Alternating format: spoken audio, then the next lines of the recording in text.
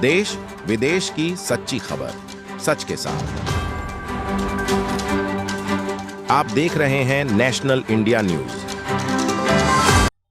सम्राट चंद्रगुप्त मौर्य, सम्राट अशोक से लेकर वीर शिवाजी महाराज, देवी अहिल्याबाई, सरदार वल्लभ भाई पटेल और यशस्वी प्रधानमंत्री नरेंद्र मोदी ने समय समय पर देश को संकट से उबारने का कार्य किया और परिस्थितियों को समझकर विपरीत माहौल में विधर्मियों से लड़े और भगवा ध्वज को फहराया।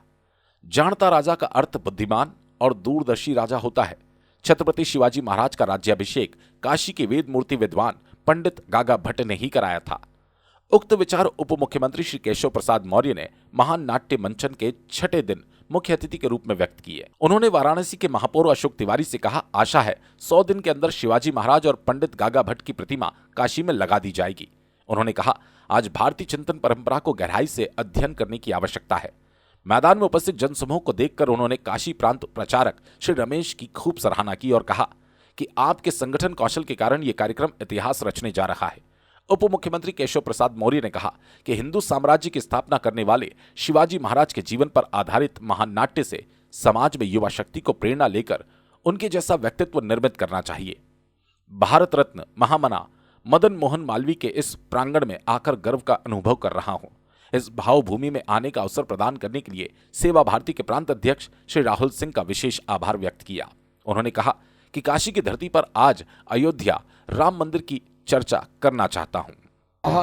निश्चित तौर से देखिए, राष्ट्रीय स्वयंसेवक संघ का स्वयंसेवक होने के नाते और सेवा परमो धर्मा यानी सेवा हमारा परम धर्म है और इसलिए सेवा भारती काशी प्रांत ने यहाँ पर देश भर से या कहिए कि काशी के आसपास के राज्य हों, जिले हों, आके आने वाले तमाम सारे मरीजों के लिए, उनके तामीरदारों के लिए सेवा केंद्र की स्थापना करने की बात की है।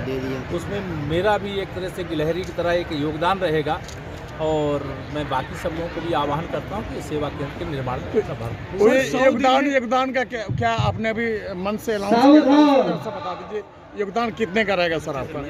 13 लाख रुपए के लिए किया है और सर 100 दिन में छत्रपति शिवाजी महाराज और आचार्य गोगा जी महाराज की प्रतिमा को स्थापित करने का काम हमारे महापौर जी के माध्यम से हो, ये ऐसा हमने आग्रह किया है और वो जल्दी से लेकर के राम भक्तों के बलिदान से लेकर के श्री रामचंद्र पादुका पूजन से लेकर के